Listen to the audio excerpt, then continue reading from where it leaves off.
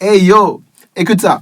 Dernièrement, je méditais et je suis tombé sur le verset où l'apôtre Jacques définit Dieu comme étant le Père des Lumières. Il dit que Dieu est le Père des Lumières. Et je me suis posé la question, mais finalement, qui sont ces lumières dont Dieu est le Père?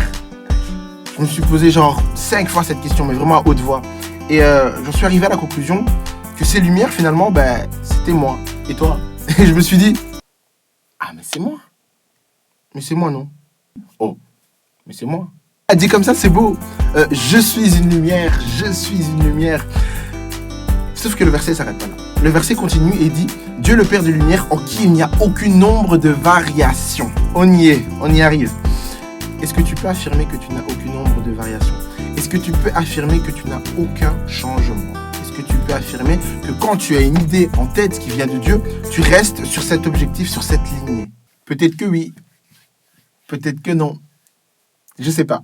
Ceci dit, si on peut affirmer que Dieu n'a aucun nombre de variations, la lumière, elle en a. Alors en secondaire, j'avais ce prof de physique, Monsieur Gélis, qui m'a appris une chose concernant la lumière.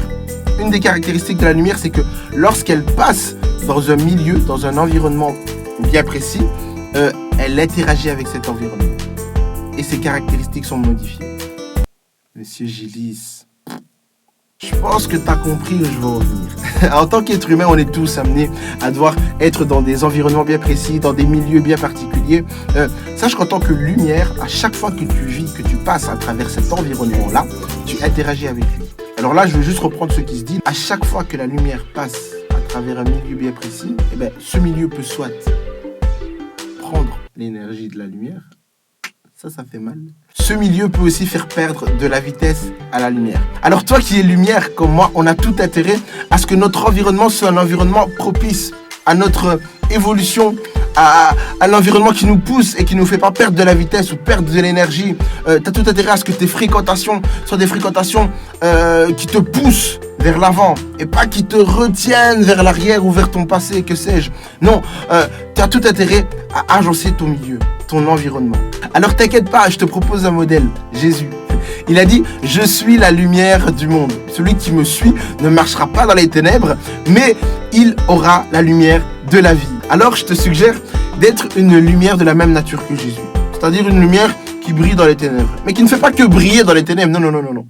Ce serait trop facile. Non, une lumière qui ramène aussi la lumière du ciel dans les ténèbres. De sorte que ce ne soit plus des ténèbres, mais que ces ténèbres deviennent lumière aussi.